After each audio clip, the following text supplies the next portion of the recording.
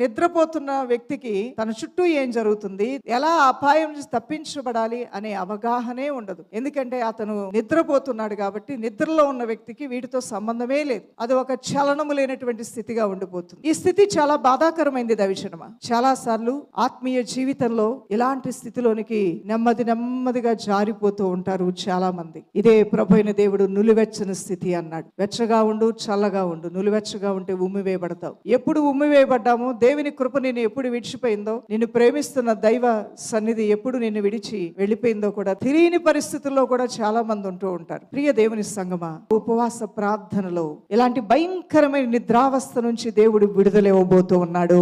ఎక్కడ నువ్వు స్తంభించిపోయావో, ఎక్కడ నువ్వు మొద్దుబారిపోయావో, ఎక్కడ నువ్వు ఆగిపోయావో, ఎక్కడ చేజారిపోయావో, ఎక్కడ అపవాది ఉరులు ఉచ్చుల్లో పడిపోయావో, ఎక్కడ మోసపోయావో అన్నిటినీ దేవుని యొక్క ఆత్మ నీలో నువ్వు చొచ్చుకొని వచ్చి నిన్ను సరిచేయటం ప్రారంభిస్తాడు.